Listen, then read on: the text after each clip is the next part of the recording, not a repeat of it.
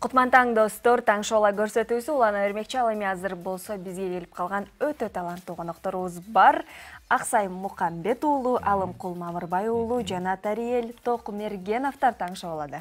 Ким деп атсаңыздар, бул Музаман триосу! Өздері таң қалып қалды, аттарыңызды атып. Негізі мындай, аттарымен атаған ыңғайлырақ па сіздерге жол болса Музаман триосу? Жем кечке айтып жүрбейм, бириле айткан жакшы. Музаман деп. Сіздер балким буга чейин көп жерде айтып жүргөнсүздөр, бирок биздин телекөрүүчүлөр өзгөчө телекөрүүчүлөр, ошондуктан Музаман тобу эмне үчүн ошо аталышы Музаман, ошону кыскача түшүндүрүп берсеңиздер. Кай жактан Маңгыл айтып берейин. Таптап калгандай улуу баян деп. Музаман тобу деген, Музаман деген ат негизи Манас эпосунан алынган.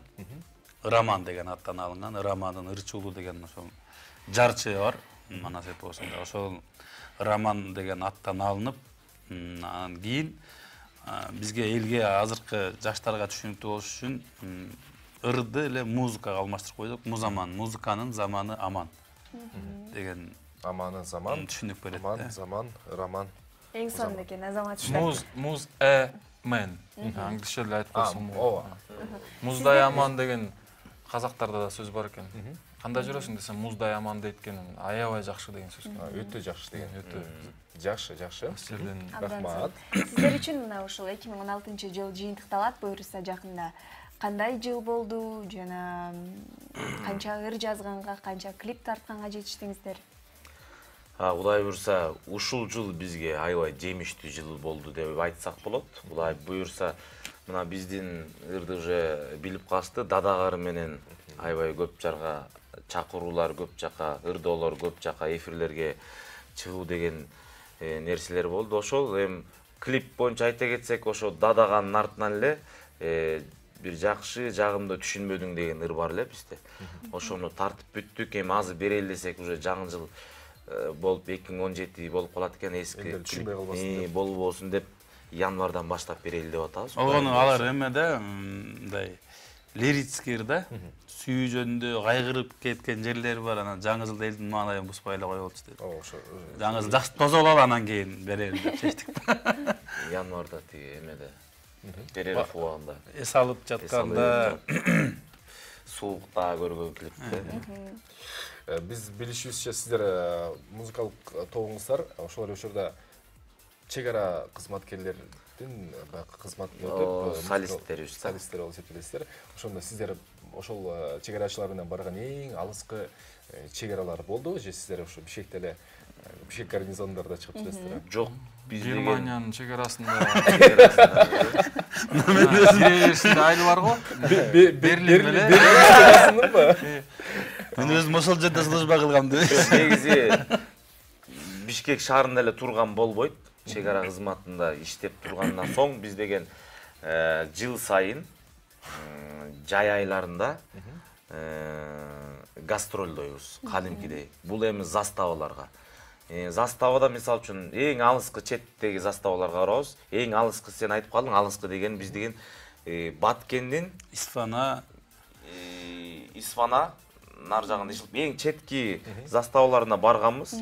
Эми ал жерди көргөн киши элестете албайт да, мисалы үчүн Кыргызстандын эң акыркы чегине чейин барганбыз да. Маргын тоосуна чейинби? Ошондой жерлерде барып экен деп биз деген машина жүрбөгөн жерге машина токтоп туруп, андан ары жөө басып туруп застава кирип кеткен. Жөө баспай калган жерлер бар бекен андан арада?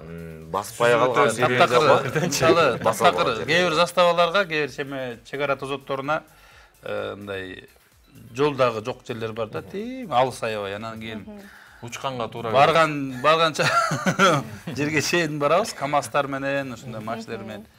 Андан аркысын аккордеон комузубузду көтөрүп алып, ал жака алына жерлерге барбасак, ал эң алыскы жерлерде биздин чек арабы сактап турган жоокерлерге мындай бир моралдык колдоо көрсөтүп, кичине болсун көңүлдөрүн көтөрүп, ырдап, бийлеп, заставада деле көпчүлүк эркектер да, эркектер менен бийлейбиз мындай даңкылда. Дарья мырза, айтсаңыз, бул жакында гана клип көпчүлүктүн купулуна толду десек болот.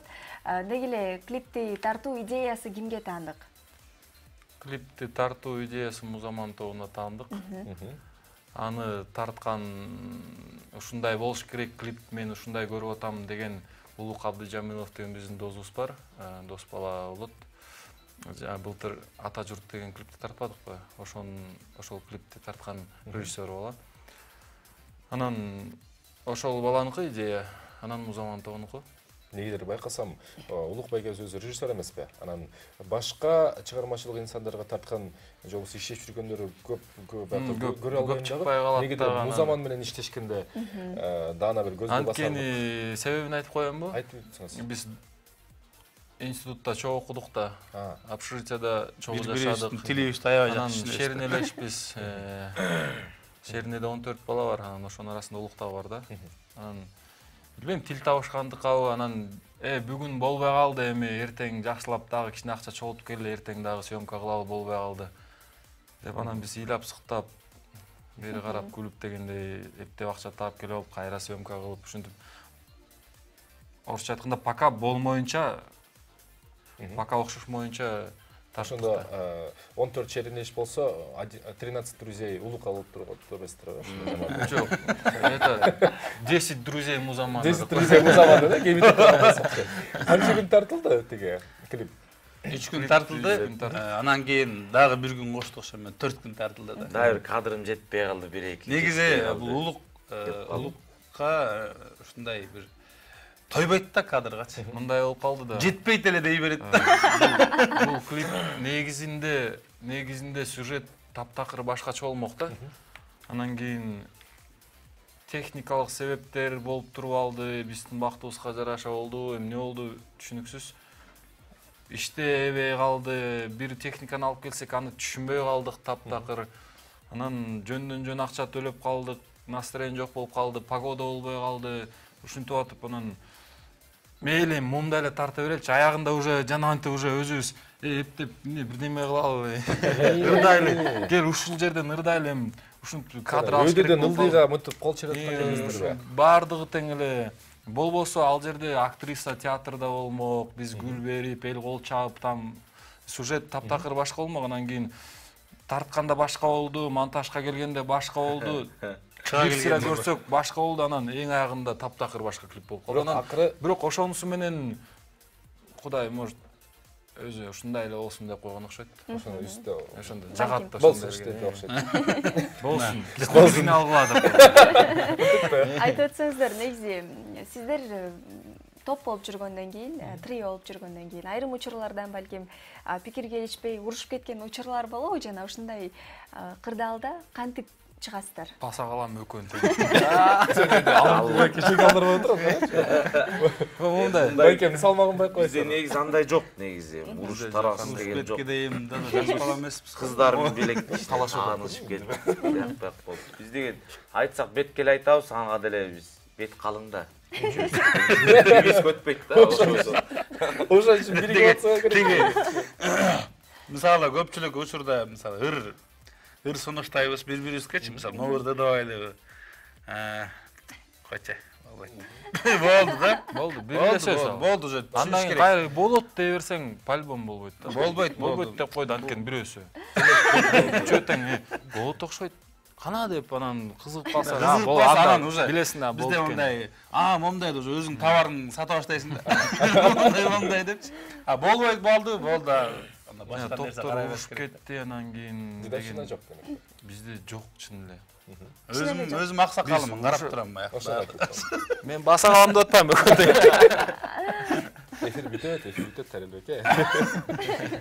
Негизи эле эми келечек баягы негизи баягы трионун, негизи музыкалык топтордун бирге жүрүп, көп жылдарга чейин бирге болушу аябай бир түйшүктүү окуат экен да, байкап отурсак, негизи музыкалык чөйрөнүч. Буюрса келечек жылдары ошо Музаман триосу бирге болосуздарбы, мындай чара бекемдик дегендей.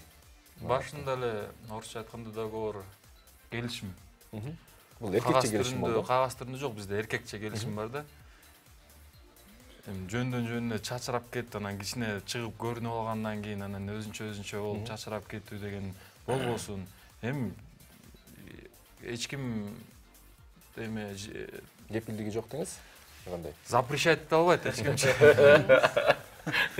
Тыюу сала албайт, бизди жалгыздан ырдап чыга бер, ырдай бер дегенге тыюу салат. Ырдай беребиз, анысы Демек, жалгыздан өзгөргөн ырдай беребиз, продюсер өзүбүздүн ишибизди кыла беребиз. Бирок Музаман тобу деген будет существовать, Ошондо существовало и будет существовать.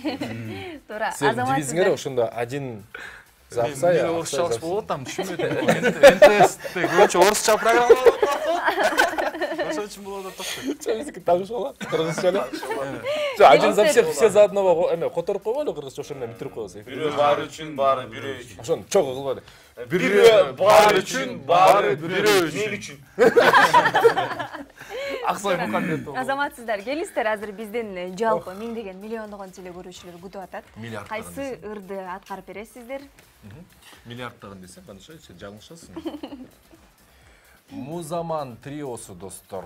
Аксай Мукамбет уулу, Алымкул Мамырбай уулу жана Тариел Токмергеновдор азыр сиздер үчүн ырдап берет. Болгондо дагы Байкездин Алыкуловдо Жаныбек Алыкуловдун да-да-да.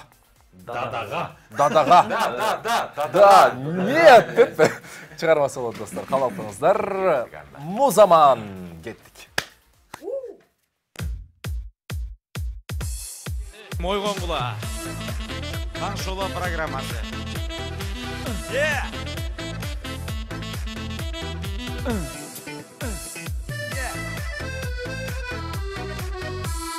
Караңгы түндө калганыңда, караңгылап барашканыңда, кара короз кыйкырганга чейин, кара болуп турсам сонунда.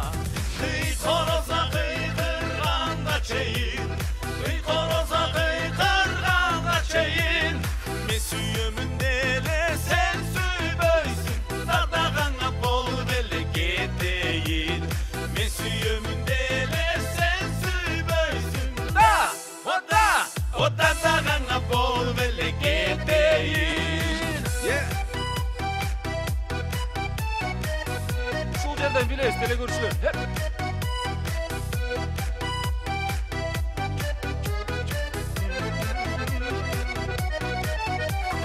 Түмүрлөргө чалынарыңда, мүдүрүлүп чыгыларыңда, жүгүрүп барып жаныңа да сүйүп бира турсам сонунда. Мүдүрүлүп жүгүрүп жетейин, мүдүрүлүп жүгүрүп жетейин, мен сүйөмүн деле сени сүйбөйсүн, дадагаңа болуп эле кетейин. Мен сүйөмүн деле сен сүйбөйсүн, дадагаңа болуп эле кетейин.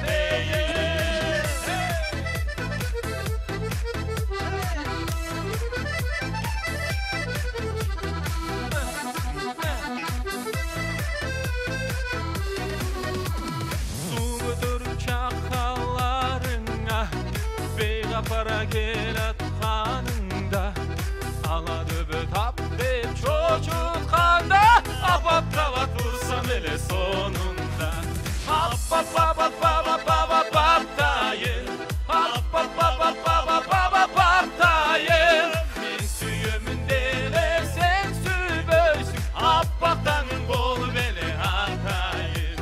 Мен сүйөмүн деле сен сүйбөйсүн, дадагаңа болуп эле кетейин. Мүдүрүлүп жүгүрүп жетейин, мүдүрүлүп жүгүрүп жетейин, мен сүйөмүн деле сен сүйбөйсүн, дадагаңа болуп эле кетейин. Мен сүйөмүн деле сен сүйбөйсүн, дадагаңа болуп эле кетейин.